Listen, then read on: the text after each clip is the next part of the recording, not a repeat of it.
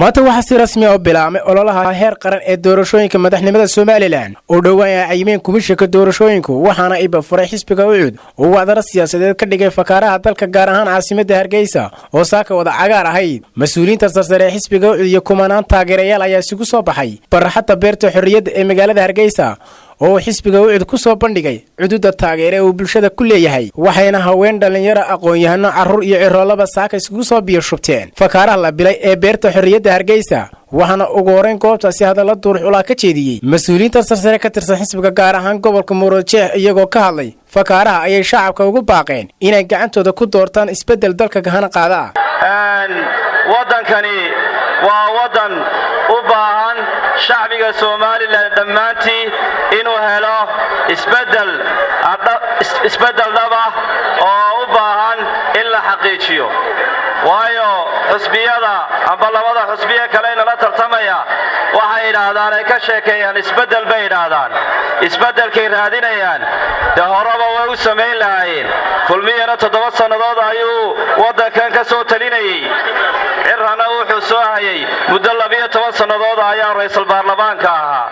marka maanta waxay soo kordhinayaan anigu ma arko waxa inay wax soo kordhinayaan shacbiga Soomaaliland marxaatay ka yihiin diinta islaamka dalka dadkeena in lagu dhaqo ayayna awood saarina xusbi ahaan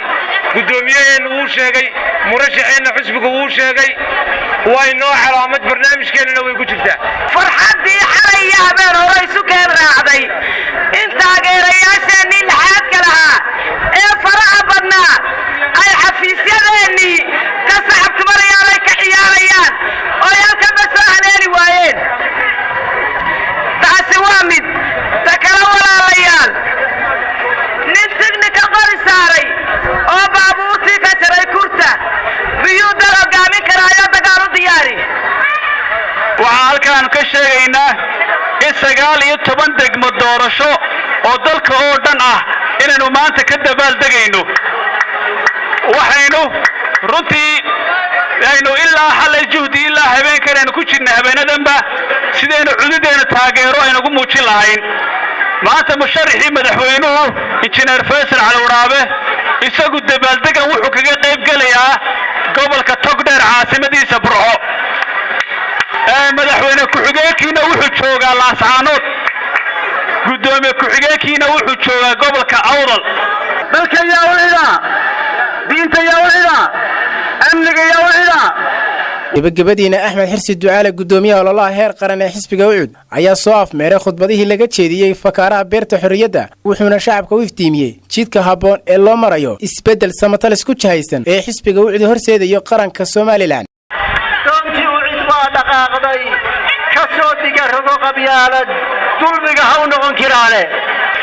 inta ninee maanta hogaamisa ee kulmiye ee beri halkan iman doona nin waliba wuxuu qaatay guri ama laba ama 3 kamida dhulkii qaranka ee loo sinaa ee ummadda Soomaaliland ay u sinayd waxaan u sheegaynaa madaxweynaha qaranka Jamhuuriyadda Soomaaliland waxaan u sheegaynaa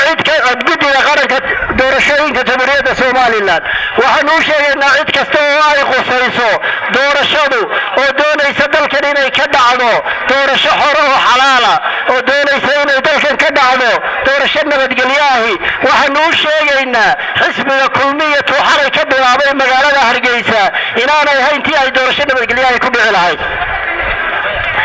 arrinta haddaan wax laga qabanin calaamad meel laga suro anagu kama xumin in board meel lagu dhajisto ma diidanin laakiin waxaanu diidanahay annagoo maanta annagu lahayn in sharciga la jabiyo 12 habeenimo magaalada lagula dhex wareego xadkaha laydhka ee magaalada dhex maro oo dhan lagu xidho calankooda xisbiga UCD ayaa saaka wacdarihii soo bandhigay maxaase laga filan karaa xisbiyada kale ee wadani iyo kulmiye Cabdi Samad Jaamac Axmed Cabdi Samad Giire Ariel TV magaalada Hargeysa